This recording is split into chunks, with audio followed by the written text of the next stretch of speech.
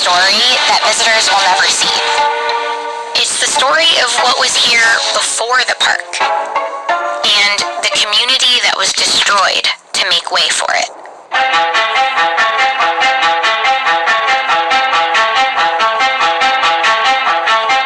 In the 1820s, New York City looked like this. Most people lived in this area, Lower Manhattan. Pretty much everything above it was yet to be settled. In this map, you can see how different the geography was. These little lines illustrate what used to be hills in Manhattan. This was the countryside. Downtown was the opposite. Lower Manhattan was dense and crowded. A few small neighborhoods were home to many of the city's poor whites and immigrants, and also to much of its black population. This document shows the number of slaves in New York State.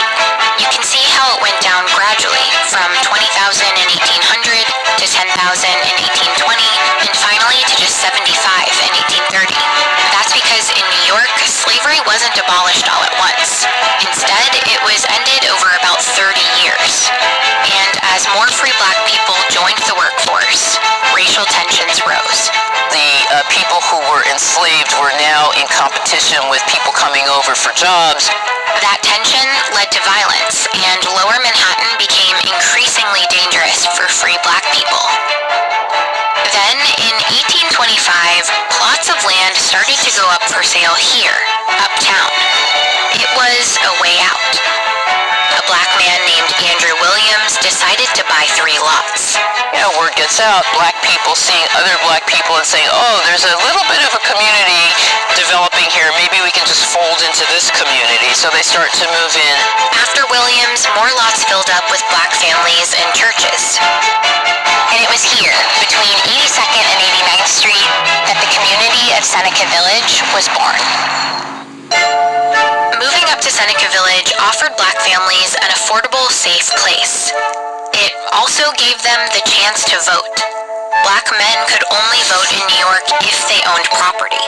Over the course of the next 3 decades, the community grew to nearly 300 residents.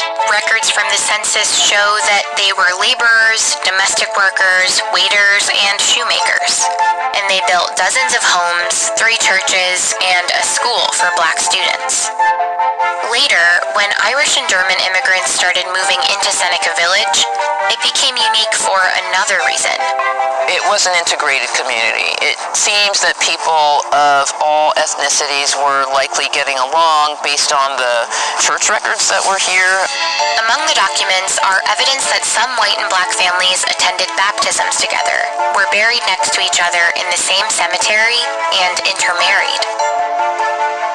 The people who lived in this area were individuals who were trying to find a new way of life. Over the next 3 decades, the population of New York City nearly quadrupled. Lower Manhattan could no longer hold everyone.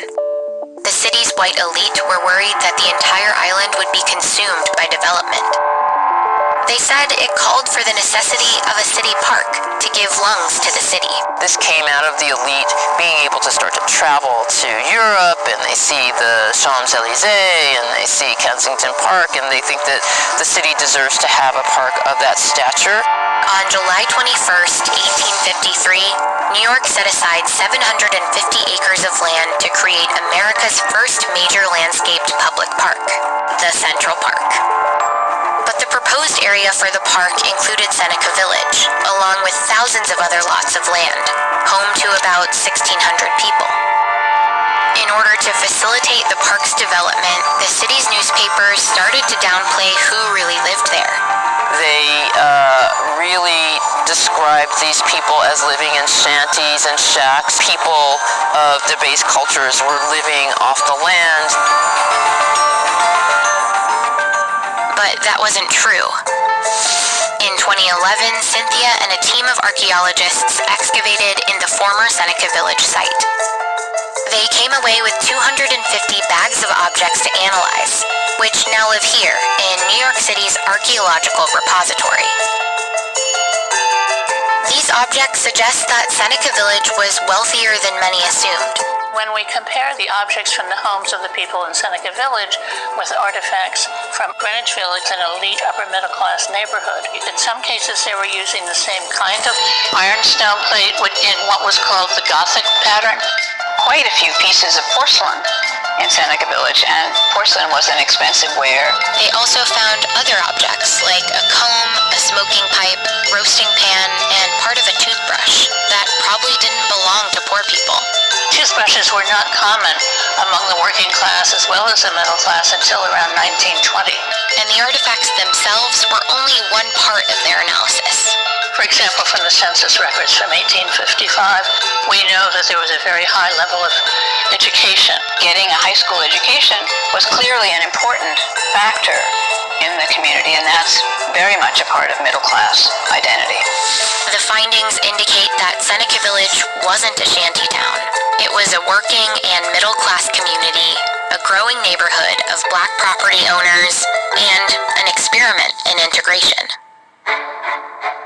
But to the white New York elite of 1856, it wasn't worth saving. A July 1856 article in the New York Times referred to it with a slur. The Ebon inhabitants, after whom the village is called, have been notified to remove by the 1st of August. Many residents fought to keep their land by filing objections to their forced removal, but Seneca Village, along with the other settlements on the land for Central Park, was seized and destroyed. In their place, the city made pathways, built bridges and arches, and planted thousands of trees. Central Park was done, and Seneca Village was gone forever. We can't imagine New York City without Central Park, but I'm finally grateful that the recognition of the pre-park history has emerged. Today, New York is starting to reckon with this part of its history. An exhibition with information about Seneca Village is temporarily up in the park. But the real legacy of Seneca Village is a story that's repeated itself again and again in cities everywhere. Land, property ownership, that's how you get wealth, and you pass wealth on from generation to generation. But you're getting a bulldozer that comes through because a new highway has to come through, or a new hospital or development site has to come in. Seneca Village was no different.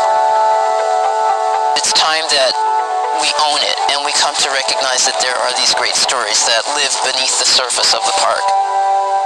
It's not just African American history, it's just American history.